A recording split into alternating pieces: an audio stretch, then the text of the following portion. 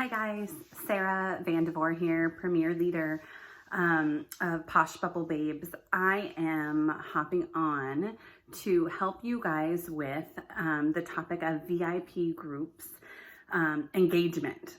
So VIP groups are, there's lots of things that we can touch on or talk about, and things that make them great, things that make them work, things that make them thrive. But I'm talking about building trust in them. And why is that a big deal? Because building trust is going to help you create relationships with the people in your group. So the value in your VIP group is the people. So the people, are your customers, right? So they're there because they know you sell Posh, and so you don't have to remind them every day, all day long. They know they're in a Posh VIP group with you. They know that you sell it. Yes, share the promotions, share the products you love, all of that.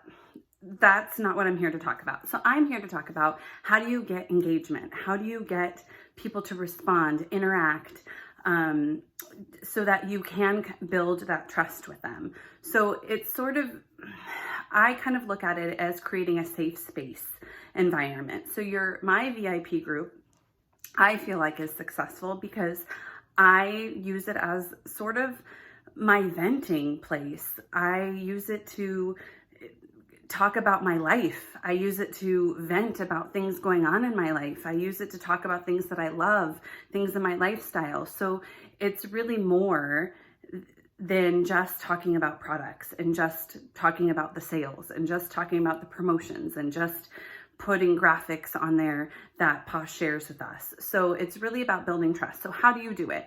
So if we look at, finding the value in our VIP group of building the trust is the people, then how do you connect with the people? It's about connection. So, if I'm sharing in my group about, something that happened in my day, or maybe it's event, a complaint, whatever you want to call it, but I'm sharing, it's going to have some of the people in your group relate to you, so you're going to create that relationship. And you're building that trust, and it's the pathway to get to the trust being built and creating a relationship with them and a friendship, really. It's more like a blog type space for me. That's how I look at it. I look at it it's my group to post all my sales posts and just cross my fingers and hope someone clicks the link. I really use it to share my life. And I think that's what makes Posh so, important for me in my life, because I need that connection. I feel like we all kind of strive for that. I feel like we are built for connection. I think that's why 2020 was so hard. We had to find creative ways to still bring connection in our lives without being able to get together with the people that mean a lot to us. And I really dove into my VIP group with that. So what are ways that you can kind of steer your VIP group into that way? If you aren't already. So sharing what about your life. So what is your thing? What is your lifestyle? Are you married? Do you have venting about that? Do you have, I'm a mom of 4, so and 2 of them are teenagers. So I get a lot of content, to share with that. So, I think once my oldest started to learn how to drive, that made some fun posts for me, because it was my place to it was my safe landing ground. It was, oh my God, I'm so stressed out. I remember I did a picture, of my daughter and I in the car, and I was with a stressed out face, and I think I tied it in with a skin stick, but I also paired it with a meme, it was silhouettes of heads of how much stress and how much stress it causes. And then I had changed the meme to be having a teen driver, and it was the whole head was filled with stress. So it's just taking your life and turning it back around to relate to other people. So I'm a mom of 4, so I'm gonna have a lot of content about mom life and parenting teens and the struggles and the stress that comes with that, or in a marriage, or things. Gosh, I'll never forget, it was so funny.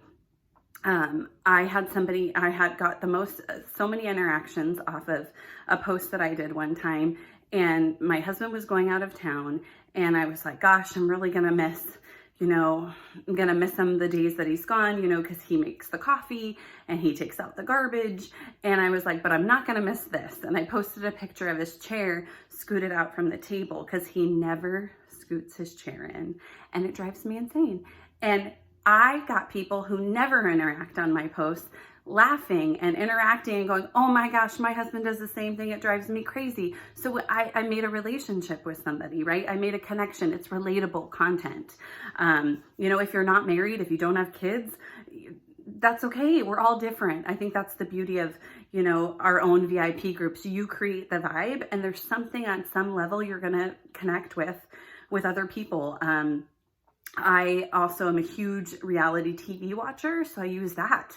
I watch the Bachelor franchise shows, so a lot of Monday posts are about the Bachelor or the Bachelorette, and kind of, what products would they be using, or, oh, Chris Harrison needs this for the his eye wrinkles, or whatever it is. But I specifically look for memes, and then I relate back to that. Like, gosh, I'm really looking forward to this. It also helps that I'll do Mask Mondays. So I'll relate it to that. Like, it's time to unwind. I've had a day. I'm going to do Mask Monday, and I'm watching The Bachelor. Like, so you just have to find what you're into, right? It's not about mimicking or modeling somebody else's VIP group or what's exactly working for them, because it might not work for you.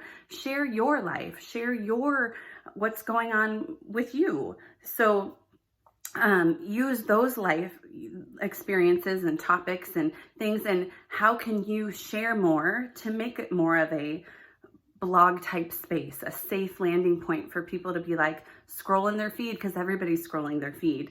Your customers are looking at your posts. What is relatable? Like, you know what, maybe it's time to just be like, let your guard down, let your fence down, and be like, I had a crappy day, and mom life is hard, and these kids are hard, and sometimes, they're a-holes, and sometimes I don't like them. And, it's just, I tend to lean towards more of the funny part of life. Like, I use humor to make myself and my life feel better, so I don't feel like drowning.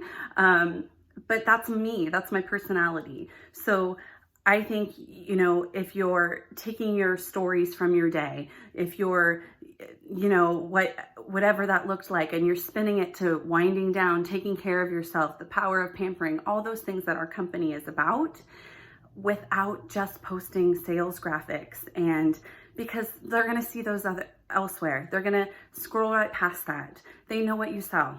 So you have to talk about your life. You have to share and open up and give them that little window into your life to build that trust, that you aren't just there because, or care about them or care about the group because you want a sale. Sure, do we want sales? Yes, of course. But we're in the relationship business, you guys. So you have to go a little deeper. You have to share yourself a little bit more. You have to create that safe space environment by sharing the stories, making the relatable situations, putting it out there, and, make it funny if that's your personality or whatever it is. So I challenge you to write these things down. What are the things about you? What is your occupation? I'm also a preschool teacher, so I've done some pretty funny ones, and protecting my preschoolers, of course, about that. Like, first day of school, like, here's the skin stick trio, like, I'm gonna, or, oh, this one, we had a situation with scissors today, or whatever it is, share it. What is your occupation? What is your marital status? Whether you're married, that comes with its own things to vent about, or whether you're dating or looking for that, that comes with its own things to vent about. Whether you're a mom, maybe you're, if you're a toddler mom or a baby mom and you're not sleeping and you feel like you're going crazy, say it. Or if you're a mom of teens like me, or a mom of 4, where you just feel like you're barely juggling all the things in a day, I think my biggest thing is I don't necessarily filter my life. I'm super real about it. So then that they know when I am sharing products, I'm real about that too. I'm not going to say, oh my God, this is amazing, buy this. if it's not if I don't love it, they can trust my opinion about things because I am giving them an unfiltered version of myself. And I think that that's what's important to kind of, where you're sharing and then you're leading it to relating with them, building that trust. And then essentially you're having that friendship and that relationship with them. And it just becomes this natural thing. And they look forward to your posts because it's a window into your world, and you get interaction and then a window into their world too. So circling back on challenging you, I want you to write down what are the things that make you you. What are the things that you could share about and the topics that you can bring into your VIP group to make it a safe space. So occupation, the hobbies, things that you're into. I talked about reality television. Maybe, I just got a Peloton for Christmas and I've posted a couple times of that, and that brought some people out of the woodworks and like, oh, and was the conversation about Posh? No, they just cared about that I tied the Peloton with it, but we had a conversation about Peloton. So it's, maybe I'm not reaching certain people with the certain topics I talk about, but there is going to be something they connect on. So just share your life, create a safe space for not only for you, right? Because you're getting connection in that way, but also for in return where they feel like they can vent as well, which I've seen happen in my VIP group. So that's it from me. Thank you guys so much. I will talk soon. Bye.